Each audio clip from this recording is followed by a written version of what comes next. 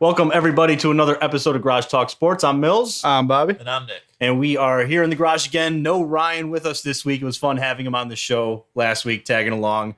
But we got a good episode coming at you guys. As always, we lead with hot spots, but we're going to talk mostly football today. Like I mentioned last week, it's kind of a lull in the sports season. We don't cover a ton of hockey here. We don't really cover basketball a lot. We do that more than hockey. Nick's got his Bulls hat, so I'm sure we're going to have some kind of basketball talk coming. So yeah, it's going to be mostly NFL talk, right? We'll lead with hot spots, kind of recap week 15, a little preview of week 16. Always go to our Bears talk after that, kind of share our outlook on the season so far this past week. And just what kind of offseason plan we would kind of put in place for the Bears if we were running the show. And then we wrap it with Nick's question of the week.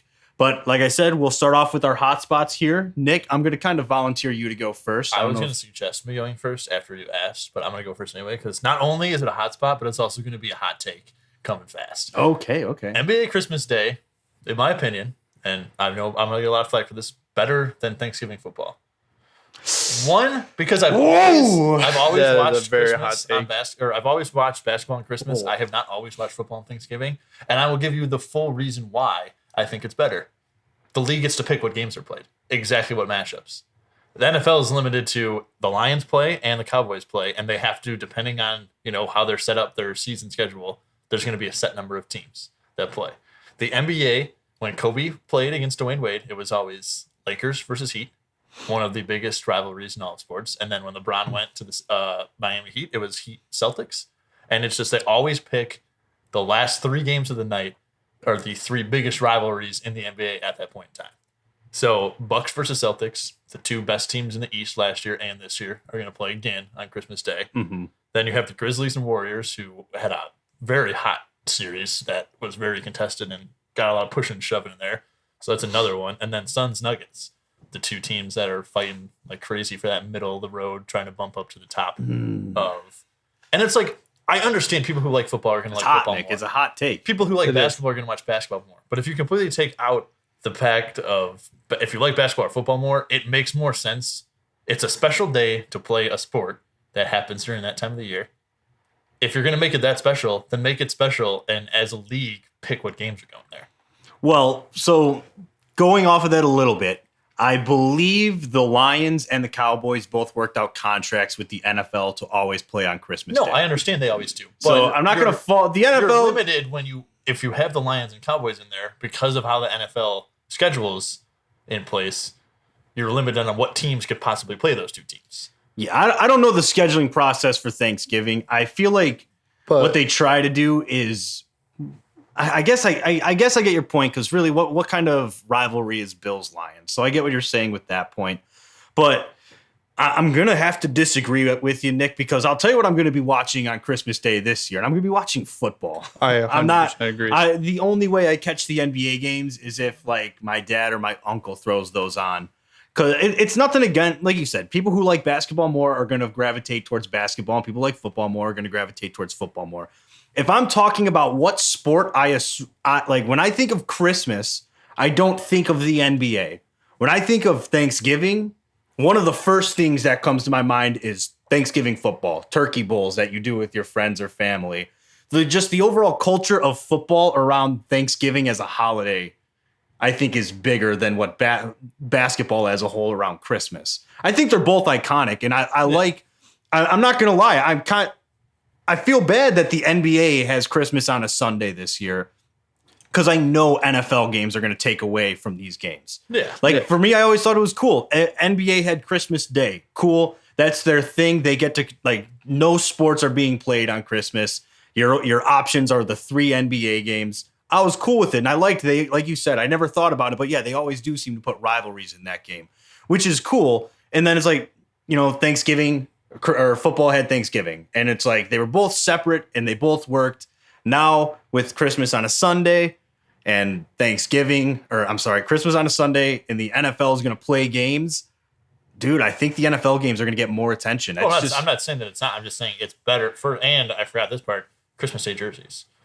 I was gonna say something about the jerseys, but I couldn't remember because I don't watch the games very often, so I couldn't remember if they do Christmas Day jerseys. Okay, it's usually just they change up the font, make it a little more Christmassy. Yeah, but it's like they do something, and I'm sorry, the NFL, point proven by you, more people watch it than NBA, even when it's on Christmas Day. So if you have that much more money, why aren't you doing more? They could literally make custom jerseys for. I'll agree. The NFL is behind every other league when it comes to the jersey system. Yeah, I think who did it first? Was it the NBA did City Connect first, or was it MLB?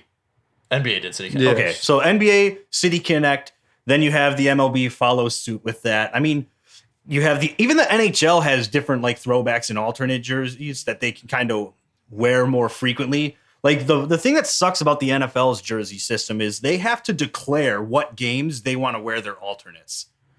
I'm sorry. I think like you should be able to just like pick the week of. Like, okay, so our game just happened. Next Sunday we want to wear, because if I was the Bears, I'd be wearing their 1936 throwbacks all the time. Yeah. I love those jerseys. I straight up would try to just make that my default away jersey from this point forward.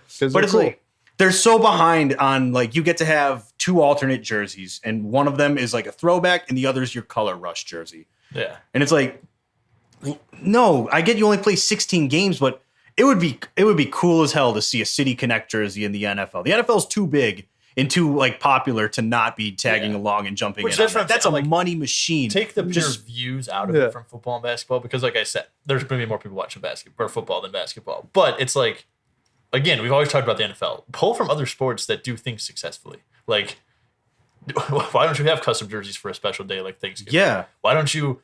You know it's always gonna be Lions and Cowboys. So try to plan, Cowboys versus Eagles. Like make it a division game. That would be. Sometimes it lines up that way. Sometimes like the Bears and Lions played on 2 Thanksgivings in a row, which was cool. Yeah, that was so cool. Like. But like you mentioned, a lot of it does I don't know the scheduling process, but there is some randomness to it. It's not as structured as these are the matchups we want to put in. These are the matchups we're putting in like the NBA can. But my biggest thing is like, if you did some kind of cool jersey, you're too big. You can get away. A City Connect jersey would be dope. But back to your main point, I am going to disagree. I'm not going to say you're wrong. I'm just going to say me personally. Yeah. I think the like Thanksgiving football is bigger and better. Yeah, I agree with you, and I'm excited as hell for this weekend because we get Christmas Eve football, then we turn around and get Christmas Day football. Like it's just a double whammy of football. The only problem with Christmas, because my family does Christmas Eve, where we're big, like have a bigger thing together. Yeah. With Thanksgiving, it's just food and that's it. Whereas when you have presents and all this other stuff, like. People are still going to watch football if they're going to watch football. But for the fans that like just don't have something on in the background, they're not going to be watching football. So like that is going to cut, but it's NFL. It's so big. They're going to be fine. They're not going to care. Yeah, no, they'll be fine. I will say, I always liked that they had their own 2 holidays. Yeah. Cool. I don't follow the NBA very much. I'm not going to knock it or anything. Like I like the concept of it's, Christmas Day. That's basketball sport. And I was cool leaving it that way. So, yeah, next year it's only gonna be 1 NFL game on Christmas Day because it'll be on Monday. They might not. I don't know if they'd even do one then. I think they would. I guess, yeah. I guess there's no reason to not do Monday Night Football, especially on a holiday. But we'll see how that plays out. ESPN would probably get pissed if they tried to. That's true. That's true. But ESPN and ABC would have all the basketball games, so they'd probably be okay. Yeah, we'll see. They'll probably still have a Monday night game. That's no big deal. Yeah. But no, I won't lie, Nick. That was a hot take, but I'm not going to say you're like crazy for what you're saying. I'll say your logic is there. I get it. I just don't agree with it. Bobby, I'm going to throw you out there next for the hot spot. Okay. In the words of Randy Marsh, we got him.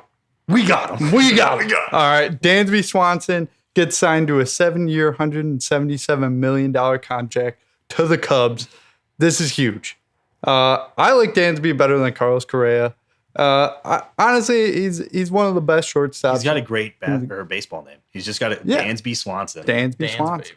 Dan's baby. Like, and he's just like he gets hits. He gets on base. He gets. He's good defensively. I think it was a great signing for the Cubs. And so what does this mean? Nico Horner to second? Yeah, he's definitely Nick Madrigal experiment over. That was a lose. Let's call it what it was, a LL trade for both teams there. Unless Cody Hoyer comes back from Tommy John surgery and like tears it up, which he could. I was bummed about trading Cody Hoyer more than I was about Nick Madrigal. I think not this year. Nick Madrigal couldn't get on the field. He was so injured. But yeah, I think they'll work him into off days and stuff. But I think he's a platoon second baseman now. Is what he is. Or he's trade bait. You never know. Yeah, he was pegged as a 5 through 10th overall pick when he was drafted by the White Sox 4th. So it wasn't really a reach. He's got a ceiling that teams might be interested in. Second base is one of those positions that I think is undervalued by a lot of teams. And I feel like when you look at the teams that are really good, they all have a good second baseman. Yeah. And so it's like it's an undervalued position when it shouldn't be, just because it's not as flashy as playing third base or shortstop. So they don't focus on the defense of it as much. But a lot goes into it. I don't know, though. Nick Madrigal probably is going to be your platoon second baseman, possibly a trade piece, depending on how their season shakes up as it goes on. Yeah. Which sucks for him because he had quite the fall from grace. Because that 2021 year, he was looking very good for the White Sox until he tore his quad or his hamstring tendons, and then injuries. Yeah, and then he doesn't see the field. He can't hit near as well. Trade him out of Chicago. Chicago's trainers cannot keep hamstrings healthy. Yeah, they really can't. They can't. It just it sucks for him. But the Dansby Swanson one's big. I'm gonna be real. I wasn't expecting him to land with the Cubs. Me neither. I didn't see this coming from the Cubs. They have underwhelmed pretty much every offseason, aside from when they went and signed Yu Darvish however many years ago, only to trade him for Nichols. They're like, hey, give us some dimple balls and a jugs machine, and we'll use yours. Zach Davies, man. I will never forget Zach Davies just because how bad he was after that trade. It is what it is. It's in the past now. This might bump up that 2025 or 2027 deadline. That was all right. The good thing, the optics of this is where what the Cubs are trying to do is obviously build something quick. Yeah, well, realistically, with how good we played last year, with these two additions, you could compete now. It's a very gettable division. Yeah. In your you can compete in your division. Yeah, in my I don't think division. you can compete with the Cardinals. Bro, you can compete for a wild card. So you can compete with the wild card. No matter what, for the fact that the West is insane. Again. The Cardinals will always underwhelm. Like, it's just how they always win the division by like 17 games. Bobby, I'm not going to back you on that one. I will say the NL Central is not out of reach, but it's an uphill like the battle. AL Central. It's up for grabs for they're the two weakest divisions in the MLB. But this is good because it tells you that the Cubs are serious about trying to win quick. Yeah. As opposed to just going, you know what? Let's hope every one of our guys in the minor leagues develops into a impact player. In their mid-30s, like Frank Schwindel and Patrick Wisdom. Yeah, let's hope rookies. By the time all these guys are 28, they're able to hit 280 and 20 home runs. Yeah. That ain't it. It's a good move. It's going to be weird. I feel like Dansby Swanson, I feel like Dansby Swanson has been with the Braves for like 50 years. Yeah, like I just feel like his name and I know he hasn't, but it's like, man, for whatever reason, when I hear his name, I just think of like, this dude's been in the league forever, and he really hasn't. Yeah. I don't know why. I think it's just because he's got that kind of name that when like I heard it for the first time when he was a rookie, or like when he was first drafted, I just associate him like Dansby Swanson. That's a player. It's the name, man. Yeah. Now the Cubs got him. It's gonna be cool. Yeah, it's a good signing. I give that an A for them.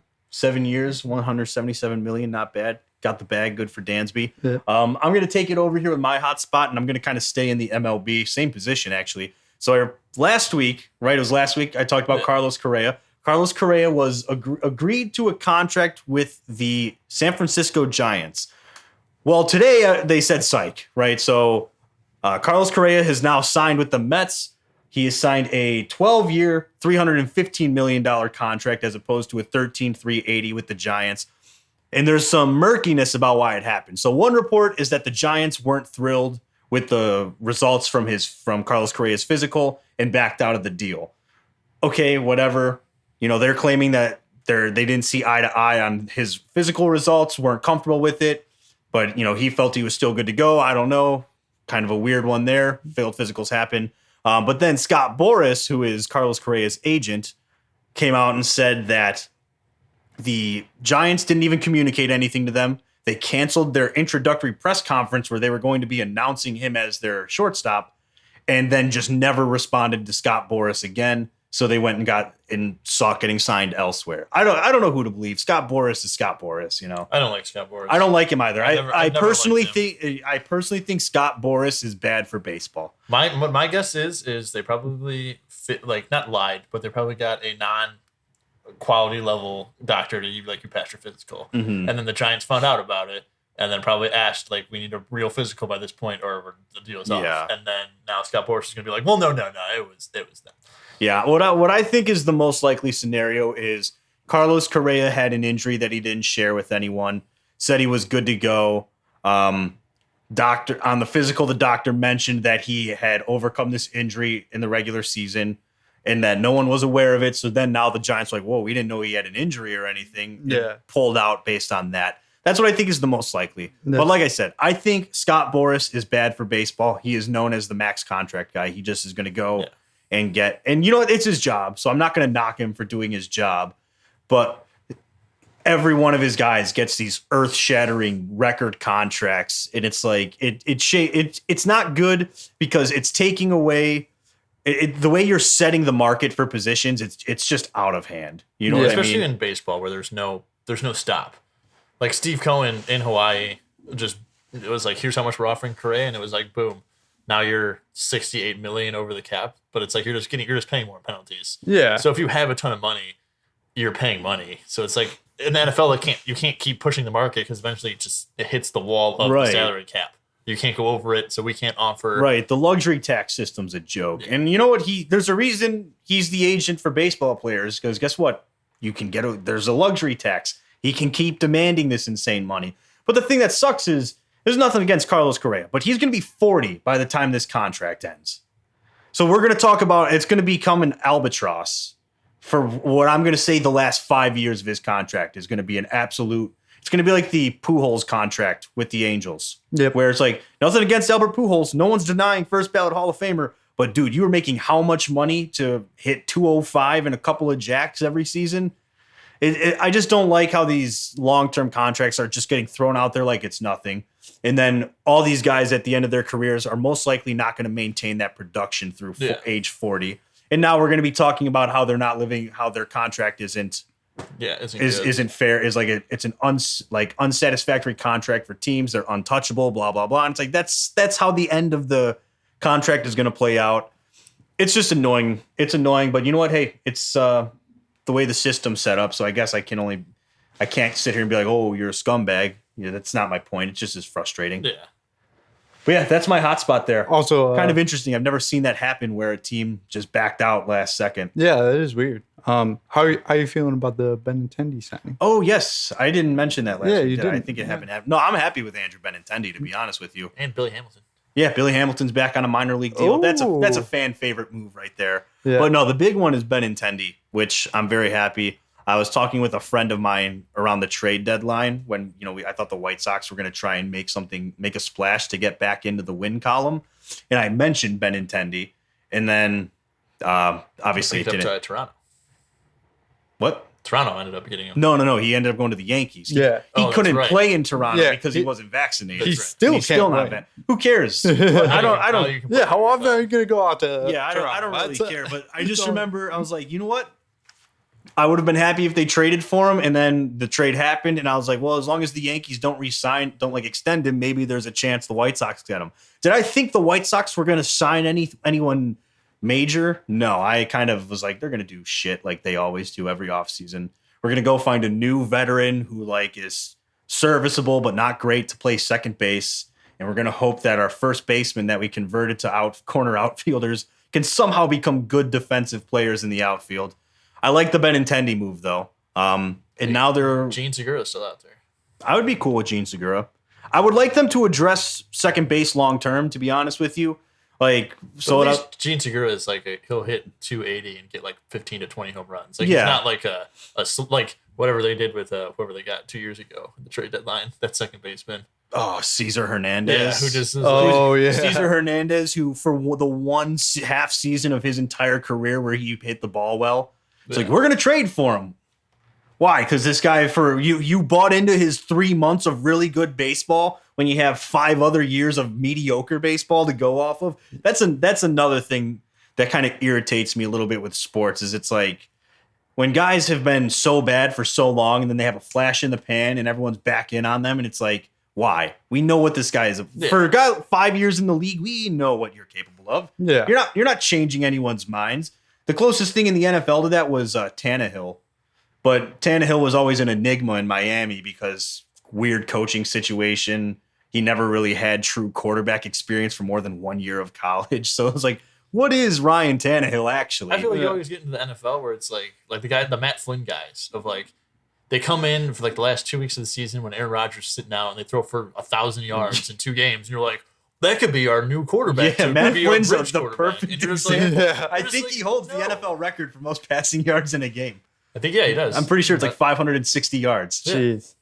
But no, exactly. It's like, there are quarterbacks who I think have made that change like that. Like, I think Fitzpatrick kind of cemented himself as in, he had like a good 6 or 7 games where it's like, he was a good hot streak going player. past and going forward. It's like you've seen that. I look at guys like Kirk Cousins now, where it's like when he was on Washington, he was good enough to get him the job in Minnesota. So like now he's been progressing, and like the longer you're an assistant, the better you're gonna get. Put some respect on that, man. I look at guys like Matt Ryan. Like if Matt Ryan has a good 3 games, you can always go back to when he was on the Falcons and had 5,000 year seasons, where it's like, okay, yeah, he might not be having a good first 7 games, but this section of games is what we're coming to expect, not a random. You have a it's superstar game where you throw 560 yards. When you're going based off of like career backups, it's like, why are we suddenly believing that these guys are franchise quarterbacks? It's a little different when you're going from like a veteran guy who's on the tail end of his career. It's like you don't know how regression is hitting them. It looks like it's hit Matt Ryan with a truck this year, though. Yeah. But like guys like you said, Matt Flynn, it's just like, really, we're just gonna ignore the fact. Like Nick Foles to me is a perfect example. Nick Foles is like, he has a stat. You put respect on his name. He's Super Bowl. Do you have a statue? No, I don't. But Super Bowl champion, Super Bowl MVP. I'm not taking that away from him. But outside of one full season with Chip Kelly, where he had a 27-2 touchdown interception ratio. That was his season. Very, very impressive. I'm not taking that away from him. Outside of that season, he had the playoff run with the Eagles where they won the Super Bowl. It's like everything that's happened before that 27-2 touchdown season, and from before that, between that season and the Super Bowl and everything after it, has been Nick Foles is a backup quarterback if you're lucky, he'll give you 4 good games if you need it. Yeah.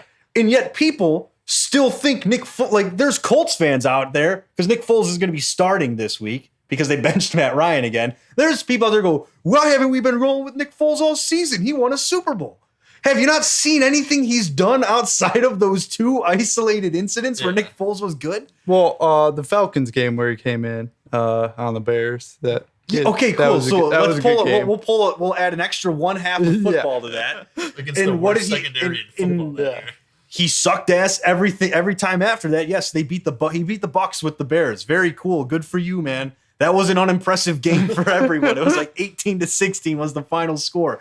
I don't think you see that final score very often in football. Nick Foles aggravates me because for whatever reason, I know the reason, because he beat Tom Brady in a Super Bowl. So now everyone believes that Nick Foles is the guy who truly gives you a shot.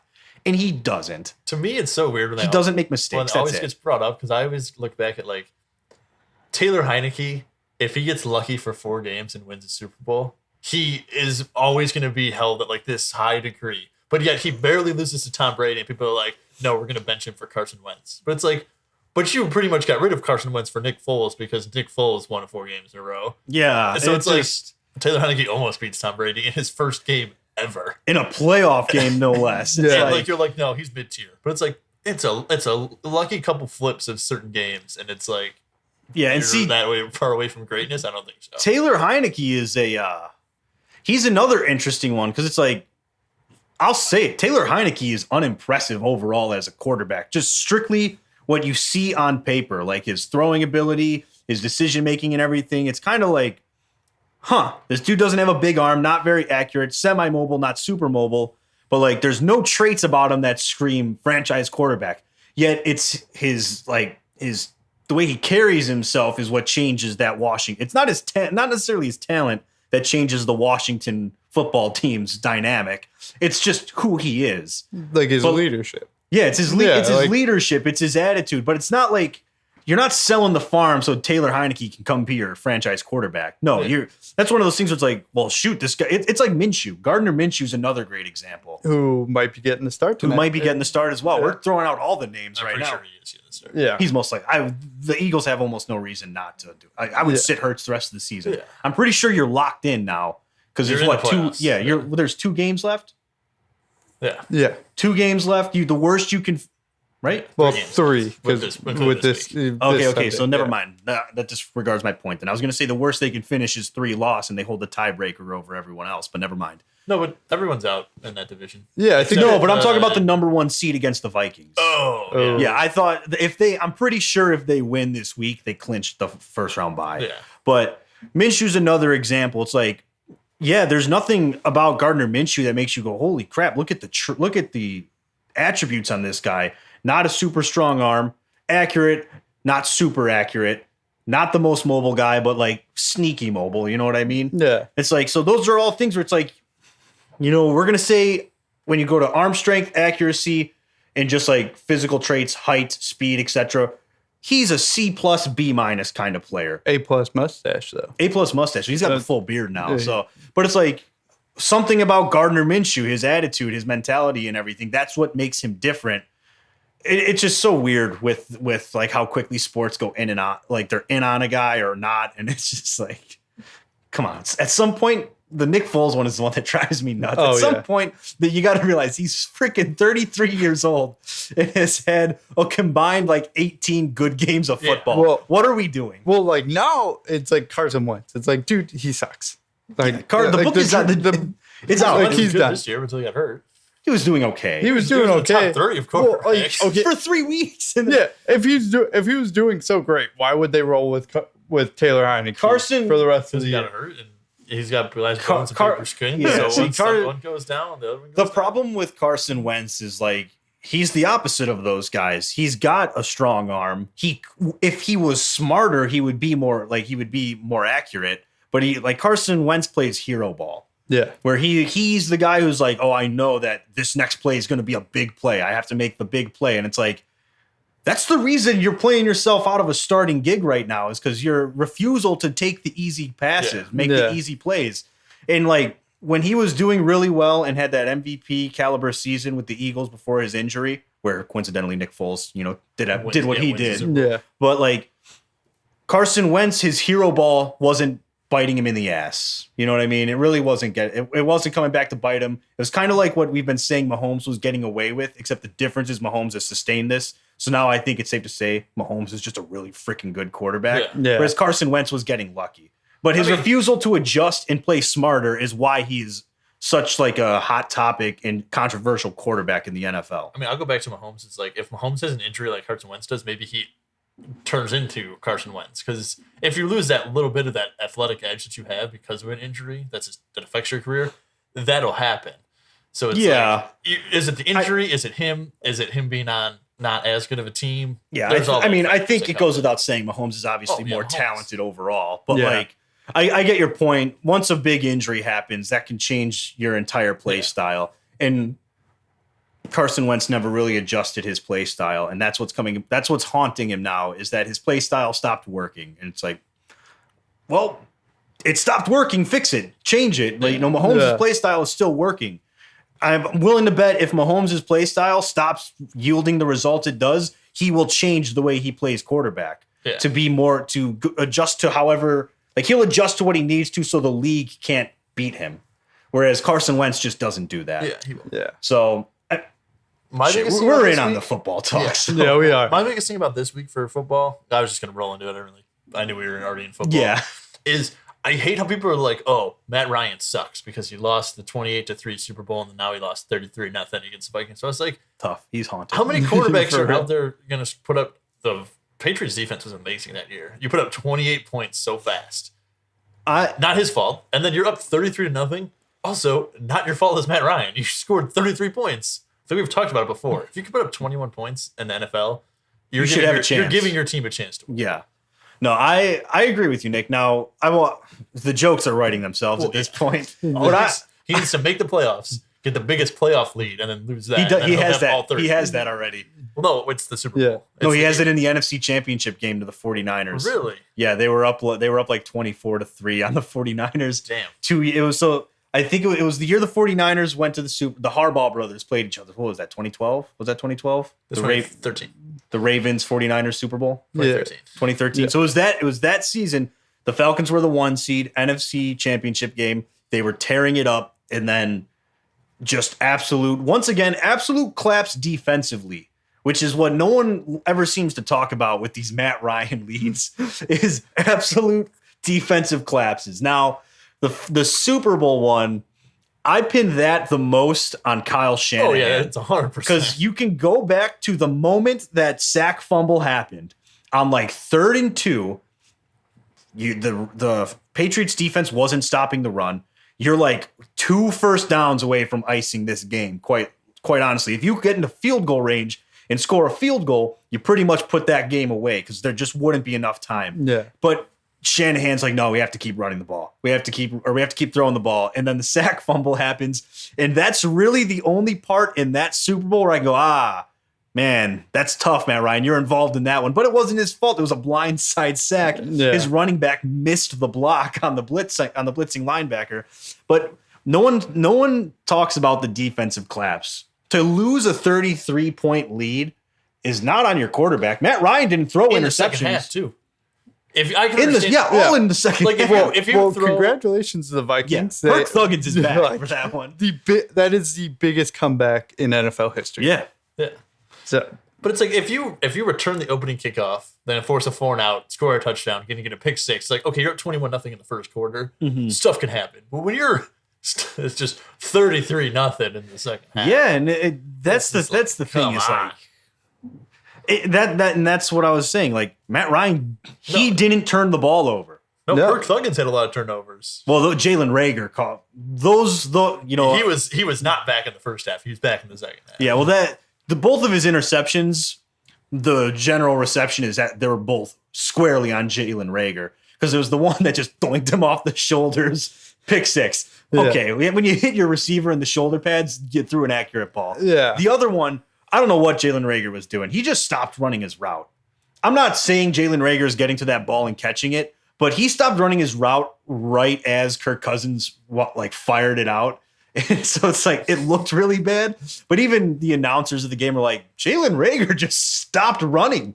So it's like, obviously that's a gimme pick when the receiver stops running his route right at the top of it where he's cutting out is when he's going to be like, Yeah, I guess I don't know what went through his mind there, but it was good to see that people were acknowledging that those 2 interceptions were actually not Kirk Cousins' fault. Because I feel like Kirk Cousins is one of those quarterbacks that no matter what, everyone's like, oh, classic Kirk. It's like Dak Prescott. Classic Kirk Cousins, classic Dak, costly turnover. And it's like, classic Mitch. It's usually never Mitch's fault. Never. Thrown into triple coverage. We're not gonna throw Mitch in this game. I was lying. I know. But watching Mitch just have wide open Tariq Cohen, and you're just like, I'm gonna sling this 20 yards past. You're like, what's that? Allen Robinson with 2 safeties and a cornerback on him? Yeah, I can fit that in let there. me do it. In the back corner of the end zone, I can do that. Throws it. Green Bay Packers. Oh, there's 2 safeties, and then we got Jaheir Alexander right there. Let's just launch it up. I'll get it in there. F it, Mooney's down there somewhere. No, but I just get frustrated when it's quarterbacks that didn't do anything wrong and a turnover happens because it doinks off the receiver or whatever, and then they're just like, oh, classic turnover and costly turnover there. Classic Kirk Cousins can't finish games, even though it's Kirk Cousins in a big game. Like if it's not at noon on a Sunday, they're like, oh, this and is it's Kirk just Cousins, like that's not his fault. Use your brain. Look, watch the play and notice how these things are out of his control. Yeah. Which, by the way, to anyone who says Kirk Cousins isn't clutch, he leads the league in fourth quarter comebacks this year with 7. That's impressive. 7 in one season. Tells you about what kind of situation. I will give him -1 though for that Justin Jefferson catch. Because if you don't have Justin Jefferson in your team against the Bills, you're not just doing this. That one, okay, I'll put an asterisk next to that game because even then it took that fluky fumble to get it, which like shouldn't have had. That one was like kind of out of Kirk Cousins' hands at that point. But he did get them to like the half-yard line. So there's that. True. But that's the game I'll put an asterisk next to. Either way, still goes down as a fourth quarter comeback. But, oh, man, that was an exciting game. I remember I was like, I'm not going to watch football today. I'm not watching this. And then next thing you know, I go on Bleacher Report a couple of times. I'm like, yo, we got ourselves a game over here. Well, I was at lunch with Brandon for his birthday, and it was 33-0 when we left. And then we were making food for our Christmas party we were going to. And Brandon's like, hey, guess what? And I was like, what? He goes, you won't believe the score of the Vikings game. I was like, are they winning? It turns out 36-36. I was like, what the hell? He's like, what happened? Oh, dude, it was insane. So I didn't catch any of the first half. I get home from work right before halftime, 30-0. And I'm like, the Colt? I'm like, what happened? And what happened? Indianapolis Colts. Shout out James Ross. True. But the second half was just insane. They're like just all defense, like all defense. And those refs were terrible, by the way. Yeah, I'm gonna say that ref and crew should have been fired after that one. But no, it was the same thing. I kind of forgot that Saturday games were back on because I believe this was the first Saturday with NFL football, so I kind of forgot. And Nick sends the message into our group chat, and he's like, "The new nightmare is having an absolute nightmare of a game." I was like, oh, that's not good. So I checked the score and I'm like, holy 33-0. I'm like, you're not kidding. And then they win. So it's like, damn, it was impressive. Honestly, it was very good adjustment by Vikings. And not by the Colts. Yeah, not by the Colts. Hey, Jonathan Taylor gets hurt. Well, hey, your coach is Jeff Saturday, who's never coached before. They were playing on Saturday. If you ever have time to win. It was his day, and they couldn't do it. It was a good game, though. But that wasn't the only big comeback that happened. We actually had two other ones. So the Bengals, who were really struggling for the first half against Tampa Bay. Same story, not as big of a deficit. 17-6, I think, at the half. 17-0 at one point in the game. Bengals stormed back, won that game. What was it, 34-17? Yeah. I thought 34-24. 34-24. They did score again.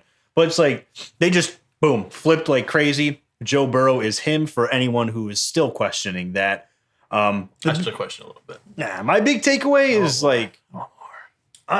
this might be controversial, but Tom Brady's terrible this year. Yeah, it's safe to say. When you're in the league for that long, it's very easy to figure out what you do well. So that's what happened. You look at Tom Brady and LeBron James. Both at a certain point in their career, they started to fall down because teams are when you're in the league for that long, it's not that hard. So then what does LeBron do? He develops a three-point shot. The only problem is Tom Brady can't develop a younger arm to throw the ball farther. Yeah, exactly. They clog that first 10 yards. He has to go deep. And to be honest, his receivers aren't as good as he's dealt with in the past. So he's struggling. He doesn't have as much zip on the ball, which is the big thing there. Is like, like you said, if they're blocking the short to intermediate routes, it's like how to beat Tua. Make him beat you deep over your throw it over your defense, and it's just not happening this year. I'm not trying to knock Brady, but maybe he should have stayed retired. Anyways, Bucks are a disappointment. Bengals covered the spread also, which was good for us. We needed that one. Yeah. But it's just like it's weird. The Bucks continue to be getting these really like when you look at how they're getting the spread and everything with betting and whatnot. Vegas clearly looks at the Bucks and thinks they're a good team. Yeah, they're not. But like on the field, they're nothing close. You don't want to bet against Brady. They are a bad team. Like, yeah, they're not good. Yeah, Todd Bowles, nothing against the dude. I don't think he's a very good head coach. He's one of those guys that's a coordinator. He should be a coordinator and nothing else. Like commit to that. Yeah. He's a good D coordinator when Bruce Arians was there. I get promoting him because when Bruce Arians took the whatever role in the front office, but it's just like the Bucks are a mess right now. And I don't blame Todd Bowles. It's more of like when you have that quality of a quarterback who's been there for so long, you almost have to get a coach older than him. Like you can't come in with a young coach who doesn't have that much head coaching experience. Because like why is like that's what I think Tom Brady. Well, yeah, there was the thing that came out that Tom Brady the day before games changes, like adjusts the game plan for himself and doesn't tell anyone. Like he looks at what their game plan is and just like makes changes to it that he wants to do. Clearly, it's not working. I mean, yeah. I guess they're leading their division, I believe.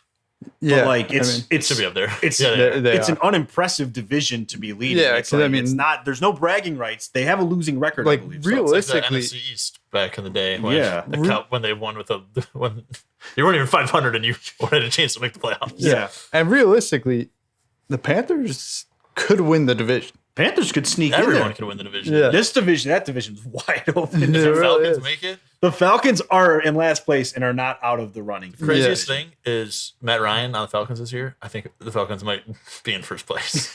They might. It is pretty funny to think about. But I think the most impressive comeback for me though in this week is the Jags over the Cowboys. Yeah, I'll give you that one. We talk about the Buccaneers. I'm gonna stay square on the Vikings one. Well, it's the most amount of points, but again, Jeff Saturday is your coach. Jonathan Taylor gets hurt, and Matt Ryan just the team you came back again. You came. The Cowboys are better than the Colts. I get where you're going. Yeah, but it's just like the Bucs are down. The Bengals are playing really good.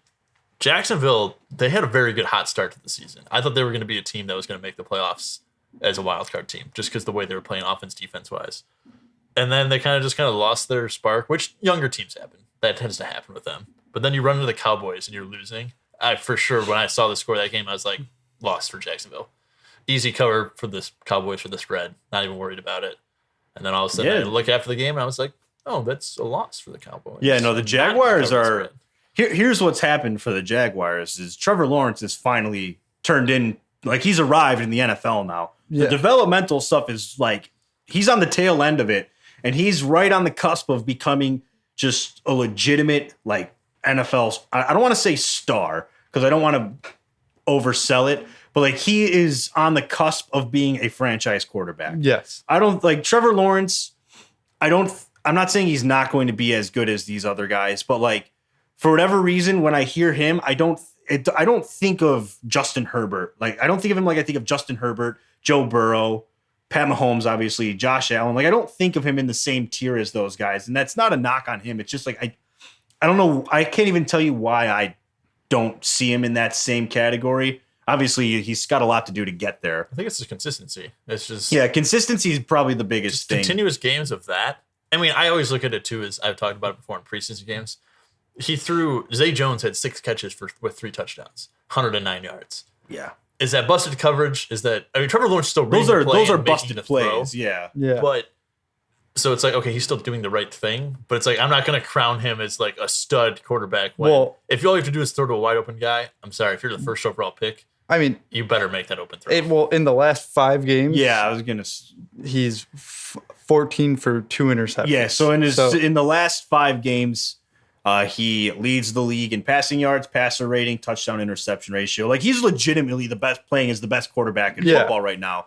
Now the 6 receptions, 3 touchdowns, 109 yards. That's just straight up not sustainable production. Yeah, you're not going to get that out of Zay Jones every week. Those are you broke some big plays, which is great. Yeah. But like obviously that stat line is not going to carry over week to week. That would just be insane. But the point is, like, my takeaway is that Trevor Lawrence is making the right decision with the football. He wasn't doing that at first. Like, you saw flashes of his ability to be a franchise quarterback, but for whatever reason, it just wasn't clicking yet.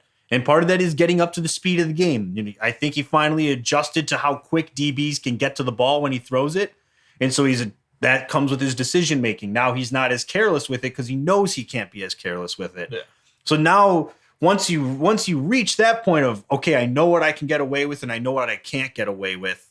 Well, now you can play football to your full potential because you're done making you're done learning from the mistakes. And I think that's the thing is Lawrence has now learned from a lot of his mistakes. He's still going to make some. Every quarterback does. Yeah. But I think he's at that point now in his development where he's learned from them and is keeping them behind him, and they're going to become rare as opposed to common like he was with the beginning of his career. So this is good for the Jaguars. Yeah. I've always liked Jacksonville. If Trevor Lawrence actually does develop on that track that everyone said he was going to coming out of high school, great. Good for Jacksonville. It just proves you. Doug Peterson miles ahead of Urban Meyer. Oh yeah, definitely. Yeah. Plus, he gets a wash for rookie year with Urban Meyer. Because this year is kind of what I expected Trevor Lawrence to do year one. Have those games where he's playing really well, kind of do really good stats wise, but just not have sustained success for the whole season. Mm-hmm. But then you have Urban Meyer, so now it's now this is a circus over here that we're watching instead of watching you. Yeah. Urban Meyer's doing, diddling college girls in bars when he should be groping. Okay. Groping. He should be coaching his rookie quarterback who's never been on a team that hasn't been successful. Yeah. It's you're 0-4. Trevor Lawrence probably has. Well, yeah, they talked about it. He never lost a game as a starter until the NFL. And he lost to Justin Fields. He lost 2 games in college. He never lost more than 1 game in a season. He never lost 2. Yeah, I was going to say 2 games in the same season. That was 0-2 right away. Yeah. You need a good coach to be able to teach you that. Urban Meyer was a joke move. Yeah, terrible hire. But also, I want to add, next year, you add Calvin Ridley to his receiving core. Yeah, he has. That's right. I forgot Calvin Ridley's just waiting. Christian Kirk, Zay Jones, Calvin Ridley. Marvin Jones. They've got a legit. They are going to be Travis Etienne competing for that division next year. Oh, yeah. Yeah, no, sure. I mean, they're competing for it now. I think they're a game back. Of the Titans? The Titans. The Titans are, I think, 7-7. Well, they have to. If they lost Tannehill. Tannehill's done for the season. This is Jacksonville. Jacksonville is the moment is in front of them right now. Malik Harris, right? Malik Willis. Yeah. Malik Willis is not ready to be an NFL starter. No. We saw that when he started. The Chiefs? Was that the Chiefs game? Yeah, and they had a combined 90 yards receiving between all of their wide receivers. Yeah, and Malik Willis is a developmental quarterback. If teams know he's not going to beat you throwing the ball, good luck getting Derrick Henry going. Yeah. Derrick Henry's this year has been slowed down by a lot of teams. He's just not what we've known Derrick Henry to be in years past. When you remove AJ Brown from that offense. Yeah. No, I know. That's my point. Yeah. And now you have even less of a threat. At least when Tannehill was there, you knew Tannehill can throw an accurate ball. He can make a good decision. He's better than Malik Willis. He just is. I'm not saying Malik Willis sucks, but he's better than him. So it's you had some kind of threat in the passing game when Tannehill was playing because he's a quarterback who knows what to do. Malik Willis still is learning the NFL. So now when you throw that in there, they're going to be even less aggressive in the passing game. It's going to become more run heavy of an offense. It's that much easier to game plan for it. And I would like Malik Willis to prove me wrong. I like the Titans. I got nothing against them. But this is the opportunity is in front of you in Jacksonville now. Yeah. You're the starting quarterback on the team 1 game ahead of you in the division is done for the year. You have 3 games. Win out. I don't think the Titans are winning out. Boom. Now the Titans, Malik Willis gets the Texans this week, so maybe he could do something against that defense to build some confidence. But they definitely need to go and sign a veteran quarterback. Who are you going to get? I don't know. You need to get someone with some experience. This should be Blaine Gabbert. Titans versus Jaguars, week 18. That could be their playoff game right there. And especially they go Texans, then they go Cowboys, and then they go Jaguars, which the Cowboys are going to be playing that game because of how close that division is. We know who the Jaguars are playing. They're playing the Jets tomorrow night, but do we know who they're playing? Yeah, Jets, and then they play the Texans, and then they play the Titans. Dude. So if I'm looking at which team I think is a better chance right now, I'm going Jacksonville. I think Jacksonville definitely. I'm gonna knock on wood. I don't want to throw any goes the curse. Nope, you put it down there. Nope, I knocked. That's okay. Yeah, he's okay. I don't know if that helps. I'm the one who knocks. Either way, it'll be an exciting divisional race there if Jacksonville continues to trend upwards, and depending on what Malik Willis does in relief of Ryan Tannehill for the season. Yeah. But I'm not going to put anything on. What's his name? Mike Vrabel over there in Tennessee. Yeah, that's definitely their GM. Now that their GM was fired a couple weeks ago, I think it's clear that Vrabel was not on the same page with his GM. We saw the clip. Well, I don't know if you saw it, Nick, but the clip was going around of him when he found out they traded AJ Brown. Yeah, Mike Vrabel was pissed. He was pissed. So obviously that was something that he didn't agree to.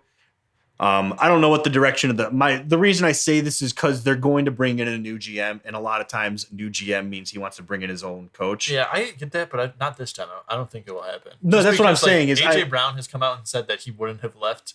Yeah, because he liked Mike Vrabel. A lot of former Titans have said Mike Vrabel's their favorite coach they've had. Yeah, I think Vrabel's your guy. Yeah. It just now you need a GM that will like. I don't know what the thought process trade your best receiver was with trading AJ Brown. Like pay the money and sign it sign him. For Traylon Burks. Like there was no big name. Like, take us back to draft night. Remember how like stunned all of us were? Yeah, like, and we said it was a boneheaded decision. Like Nick, you say it all the time. Proven talent is more valuable than potential talent. 9 times out of 10. Now, you get the generational guys, but Traylon Burks was not a generational guy. No. AJ Brown was already a top 3 receiver. Exactly. It's like different if he's like slightly like if he's an Allen Robinson guy, like who was in the top 5 but has been steadily declining out. Yeah. Okay, yeah, then that makes sense. But he was not. He was top 3. Yeah, and you're not getting a Justin Jefferson like rise to start him as a wide receiver. It was not good. I think Mike Vrabel's safe. It's his team. He's the guy there. Everyone likes him. He's a good coach. Just hamstrung by a GM's decision to get rid of what I think was actually their most dangerous weapon on the offense. Because the reason I say most dangerous is because once you had to stay honest to the run, AJ Brown was going to beat you any possible way he was beating you. Yep. And he was what made that offense so dynamic. And you moved on from him. You better hope Traylon Burks develops into a star. Yeah. Because there's not a lot coming out of the draft this year. And there's not a lot in free agency to work with. So you're all in on this dude. And I hope he does for his sake. But it's tough. It's tough to be that. But you got to be excited if you're in Jacksonville. That is very true. So. Like teams where you're not excited is probably I don't know if you guys everyone saw the Patriots play this weekend with oh my gosh. What on earth? I'm sorry, Mac Jones. I'm sorry. I feel bad for you. Dude, you see his press conference? He's like, it's my fault. If I tackle him, we're playing in overtime. It's like, Mac Jones, stop it. You are not expected as a second-year quarterback to tackle Chandler Jones, who just had the ball thrown to him by Jacoby Myers 10 yards in front of you. And you're just saying, like, holy. No, I like that comment from a second-year player because it's so easy to be like, because I don't, Jacoby Myers. Jacoby Myers has been in the league for a little bit of time. He should know we need to go down here. But then the ball gets pitched to you. Okay, try to make a move. Yeah, but don't look and see Mac Jones as the last man in defense and be like, yeah, that's good. No, I'm going to cross my body, across my momentum, throw this thing. It's like as soon as that one pitch happened, like the floodgates just opened and everyone was like panic mode. The head came off of the chicken. It was just like no one realized they were tied anymore. They were like, we need to win this game. Like they just all forgot. And I will. It was nice to see all 3 guys involved in that take accountability. Though Mac Jones has no accountability to take. He handed the ball off. We're playing for overtime with that play. And I don't remember who was the running back who did it. Was Jacob Harris? Not Jacob Harris. James White. James White. Okay. Was it Jacob Harris? Jacob Harris is their backup tight end. I don't know why that came up. Either way. Ramondre. No, because he has dreads, and the guy with dreads did not pitch the ball.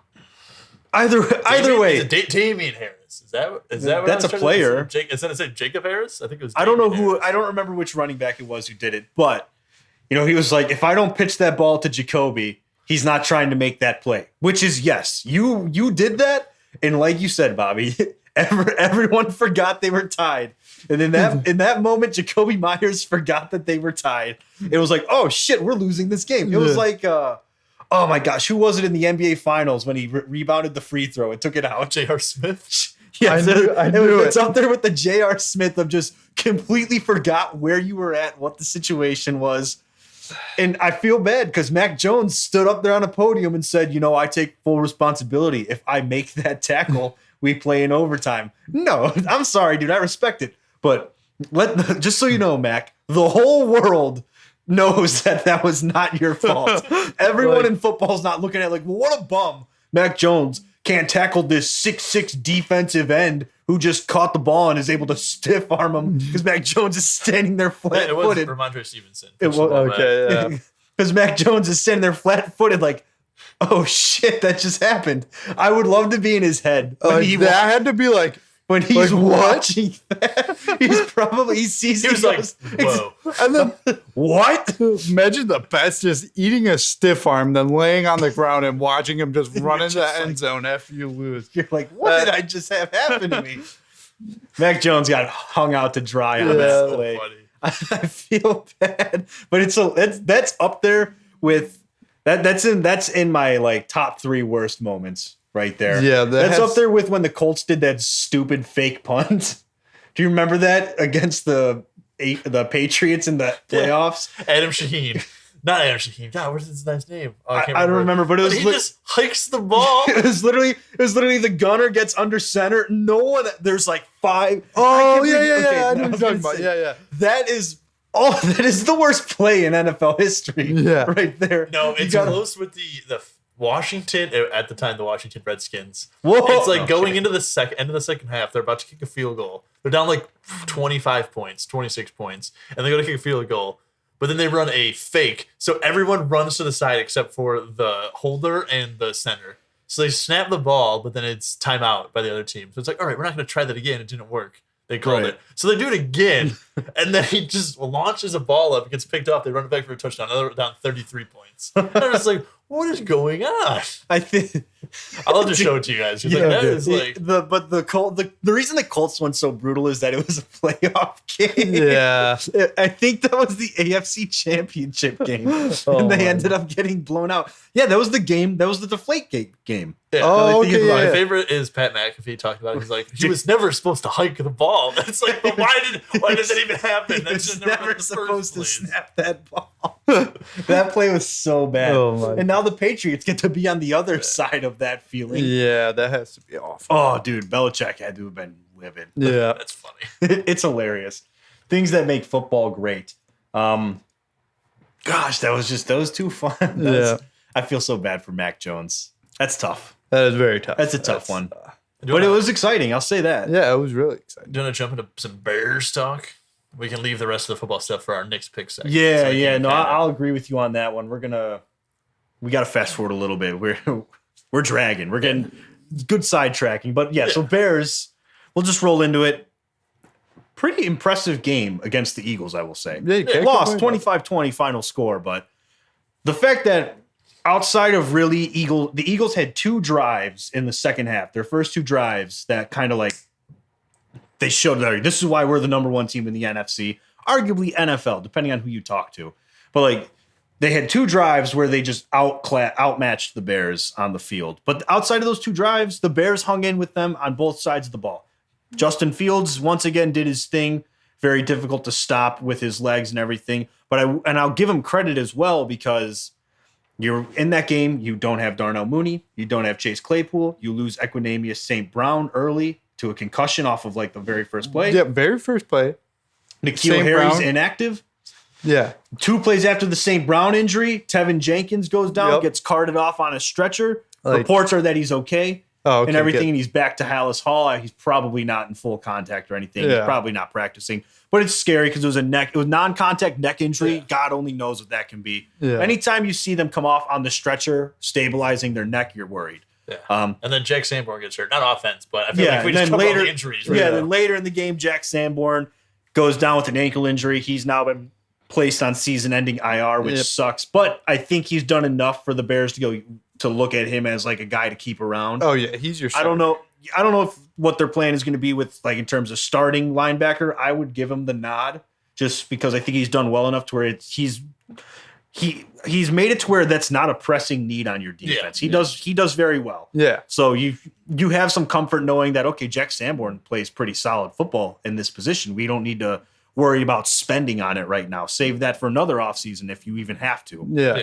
But so losing him sucks because he has been a very huge bright spot for that defense. But the thing that I want to talk about is how you hung in with the number 1 defense in the NFL. They still got their sacks. They got you. They got Justin Fields, 6 times? 3 different players had 2 total sacks this game. Yeah. So that'd be 6. So that was at least 6. Quick maths. Everyday man's on the block. Anyways, they got home to him and everything, which it was going to happen. It's just that offensive line still isn't great. Alex Leatherwood got exposed a couple of times. But that just proves that the Bears need to get a receiver during this offseason and because, first of all, Justin Fields has no one to throw to. His offensive line's not good, and then no one can get open. Like you can't rely on Cole Kmet to be your star target. That's not going to work. It's not, and especially when he's got no one else who's taking any cover. Like once everyone was like, so Cole Kmet's their best receiver now.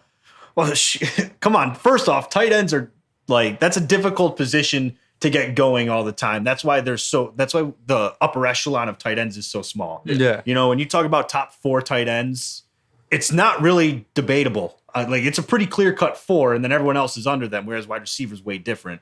But like when you don't have your top 3 receivers, arguably top 4, depending on where you want to put N'Keal Harry. I personally think N'Keal Harry is better than Dante Pettis and Byron Pringle. But those guys are getting the playing time because I guess injuries or whatever. But so you're without your top 3/4. Who are you throwing the ball to? Velus Jones, who can't hold on to a ball? He's dude. If we need the dad from Friday Night Lights for him, we really do. Who is that? Is that Tim McGraw in that movie? Yeah, it is Tim McGraw. We need Tim McGraw to. Dude, man is a great actor. Can you touch that? But Velus Jones Jr. Butterfingers cannot keep the ball in his hands to save his life. Dante Pettis is, special teams guy playing wide receiver. What are your expectations? They're low. I'll let you know that. Byron Pringle caught a touchdown pass, so I'll give him that. Like he doesn't suck, but he's small, and like he's not a threat when there's no one else out there. So, when no one's getting open, the offensive line has an even tougher time. And I will say the offensive line through most of the season has actually been better than a lot of us expected. Yeah, they haven't been great, but they have held up better than expected. You have seen the times when they're not good, which there's plenty of times when you see that they're not a great offensive line. They're good, not great. But when you don't have receiver talent, it exposes them even more because now you're asking them to block even longer. And it throws Fields off because now you have less coverage options. So it's like he's going to get spied on in coverage. Yeah. So it's like he can't. I'll go back. I think the O-line still needs work. I'm not saying it doesn't. Because a mobile quarterback will bail you out for not being that good of an offensive line. But take away your receivers and then everything. Like first half, Justin Fields does not impress me. But then you look at it, you're like, yeah, but how is he supposed to? You could put any of the top 5 quarterbacks and maybe just Josh Allen and Patrick Mahomes have success with that core, even if they might not. So it's like I'm not going to hold this game against him for having a bad first half. Yeah, he was fine. He was good enough. Yeah, he was good enough. They're without their top, like I said, they're without being your top 4 wide receivers are out. You're truly down to the bargain bin, and when it comes to weapons, So for whoever your quarterback is, your expectations should be damn near 0. I had no expectations going. I know. I covered the Bears. I picked the Bears to cover the spread, and they did against all odds. I picked that before I realized, holy crap, none of these guys are playing. So once I'm seeing that, I'm like, oh, this game's going to be terrible. But the fact that it just shows Justin Fields' ability. And what I like to see is he used David Montgomery in the passing game with checkdowns and stuff, which helped. Their running game was able to get going a little bit. David Montgomery was able to go for 7-ish yards a few different times. So they did enough things well despite no weapons. That's encouraging to look forward to going into the offseason. So you got to be happy with this game. It's a loss, which good. I want them to lose. I want the 2nd overall pick, whether they trade it or keep it, whatever. I want them to keep it. But if they trade it, 2nd overall pick's more valuable than 8th overall pick. Yeah. Especially when there's really 2 real clear-cut quarterback talents that you could really rip someone on a trade to move up to. Yeah. So you lost and kept that spot because the Broncos won. So the Bears now move back up to number 2. Let's ride. That's right. But it's an encouraging loss because you saw that this team can actually hang with good teams. Yeah. Even the defense, which is very limited in its front 4, its front 4 is really limited. They don't have a true 3 tech. They converted someone to the 3 tech, which is by Matt Eberflus's standards, the most important position to that defense. So you don't have a guy who's actually that natural position playing it. He's been doing crap for you. You don't have legit edge rushers. They showed the stats in the game for the Bears defense after the Roquan Smith and Robert Quinn trades went from averaging 19 points a game to 34. Yeah. Went from 12 sacks to 3. And it was okay, so this team, there it is. You know where your big holes are. Your defense held up. Your secondary, while it doesn't show up on the stat sheet because Devontae Smith and A.J. Brown had over 150 yards each. You still had 2 interceptions from Jalen Hurts, who had 3 all year. So you almost matched his interception total. Yep. His passer rating sucked. But you know what? So a couple big plays happened that broke big. It's going to happen when you have no pass rush. You can't expect these guys to cover forever. But your secondary actually held up very well, I think, considering how long they had to stay in coverage. Yeah. So there's a lot of encouragement to take away from this one. You got to be happy with what you've seen from the Bears going forward. Yeah. And like I said, you now have the 2nd overall pick again. Yeah. Beautiful. Yep. What else can you ask for than to look competitive? Yeah. And look competitive, lose games, and then the Texans win out, and we get the first overall. Even better. But it's like you look competitive. So, like, you're looking competitive when you shouldn't, which means your team is closer to being good than you realize. Yeah. Like, Tony Dungy was on Chicago radio a week ago, I think. And they were asking, how would you be approaching these final 3-4 games if you're the Bears head coach? He goes, I'm trying to win out, which, yes, obviously they're not playing to lose, but Tony Dungy's whole thing was, well, these guys need to win games, so they believe that they can win games. I think the Bears team believes that they're able to win games. I think they just know that they're limited in how much, what they have to work with.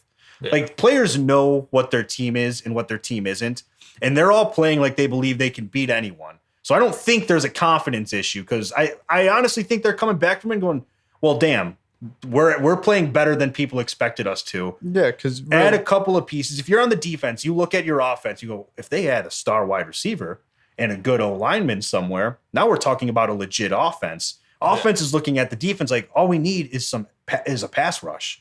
Your secondary, I think, is set. Your linebackers are good enough.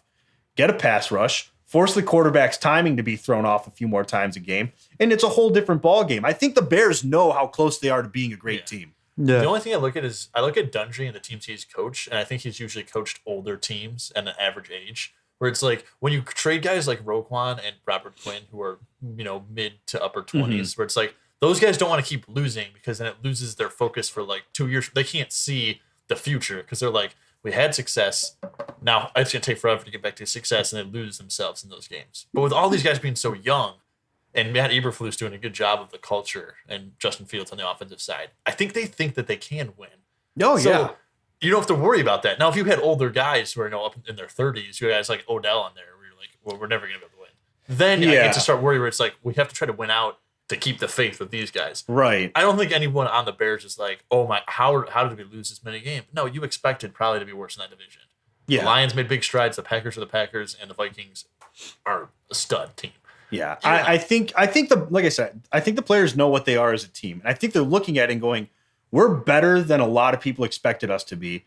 And they're not dumb. I'm pretty sure that they look at their situation and go, next year can be our year. Yeah. They know they're not naive. They know the salary cap situation. They're probably more knowledgeable than us. Yeah. People just talking about the team where they're actually living the team. Yeah, they're living it. I'm sure they know that they have $110+ million in cap space coming up. There's not a soul in that organization who doesn't know that. And if they don't, they should be fired. Yeah. So the Bears players, they know how close they are. They know that they're going to have everything available to them to become a powerhouse if it's all done correctly, and they just keep up doing what they're doing. I'm excited for it. I think the Bears are in a good position here. Like I said, I want them to keep the 2nd overall pick. They need a 3-tech. I've been talking Will Anderson Jr. The more I watch this team, though, the more I feel like you got to go after Jalen Carter. But then again, there's more free agency options at the 3-tech. That's true. So they might not, but I wouldn't be upset with either of those two guys. The only way you're trading back is if you are absolutely ripping someone to get that 2nd overall pick. You have to rip them hard. You're getting their 1st-round pick, a pick later in the draft, a pick in a future draft, and then hopefully a current player who can make an impact on your team. The only team I'm interested in a trade right now is Carolina Panthers. Yeah, you've talked about the last 2 weeks. Yeah, okay. So I did talk about it. I couldn't remember. Covered. Go back and watch your past episodes then, guys. That's true. But I would like them to stay put. I can't drive that home enough. I think that's the right move. Who knows the next time you're picking this high. Get a generational player. Lock it down. Done. Yep. Lock it down long term. I like it. spend your money. I think you'll spend your money offensive line and focus defense through the draft. And you'll probably try and get a good wide receiver somewhere. But we'll see what they do. Ryan Poles, no way of knowing what his plan is going to be definitively. So I'm excited for it. And just don't do anything stupid. Don't get screwed over in a trade. Don't get taken advantage of as a young GM. Yeah, don't screw it up. Be like Jeff Carson. Don't screw it up. From draft day. Yeah, no. Just don't screw it up. That's all I'm saying. Don't screw it up. And join us for the draft. Join us for the draft. We're going to have that's a lot great reactions. Andrew and Bobby would be going crazy, and I'll be eating my Taco Bell. Dude, we ate a lot of taco. I bought way more than I should have. Yeah, we had a lot of taco. Worth it. Absolutely worth it. But Nick, hit us with your question of the week. All right, this is something I just looked up today, and it interested me because I was going to do another one of our how did this trade work out well in the future of what happened, but instead I'm going to ask you guys a hypothetical question. Would you ever trade away your first round draft pick for a coach on another team? No. Okay. So, real quick with that one. No. Post of that, if you could possibly see into the future and know your player's stats, let's just say this guy's a defensive player, so it kind of helps out with the Bears. They're training a defensive end. In his career, he's going to get 73.5 sacks, 411 solo tackles, and 13 forced fumbles in 184 games. Okay. You're definitely not trading him for a coach, right? No. Okay. Now, would it shock you if I said that this did happen? No, it wouldn't, because obviously it's the question set up to where this had happened. So, Bobby, you're not trading a coach for a player? No, I don't think that's a smart. All right. So, 1999. Is this the Gruden? No. Bill Parcells leaves his team, and who's up next to be the coach is Bill Belichick. Okay. So instead of him signing with the Jets of that year, the Patriots come in and swoop and steal him away right as he's about to get announced as the coach for the Jets. Wow. So the Jets are all mad about it, and they complain, and they say, hey, this isn't fair. We want some money or compensation for this happening. The commissioner goes, all right, you have to give up your first round pick. So the Jets end up taking Sean Ellis, who those were his stats as a defensive end. But the Patriots get Bill Belichick. So hindsight, yeah, player over a coach. But now you have to remember it's 90s, so it's a different era of football. Yeah. And you get Bill Belichick, which could be argued possibly the best coach of all time. I think that's cemented. Yeah. But the conversation will always exist. That's so. Yeah, it always will. But I think most people are pretty set on him being the best of all time. Well, obviously that scenario is like, well, yeah, you take that trade. But me personally, using the hindsight, I'm not going to use hindsight. I'm going to look at it for what it is. And no, I wouldn't have done that. I would not trade a first round pick for a coach. So you as the Jets are pumped for it because you're getting a first round pick for. Well, I guess it's a little different because you need context there. Like they know what they had coming in Bill Belichick, you'd assume. So maybe because like they knew what Bill Belichick was as a coach and they were excited for it, maybe they're not happy about it. So who's the best coach in the NFL that you think that you would want to be the coach of your team for the next 3 to 5 years? Like right now? Right now. I would have to say Andy Reid. So it's between that or Sean McVay. I wouldn't even say Sean McVay. I would say Kyle Shanahan. Kyle Shanahan's up there, but if I'm looking at like, to me, it's between. I'm not entertaining anyone that's not Andy Reid or Kyle Shanahan. Sean McVay has been kind of exposed a little bit, a few different times.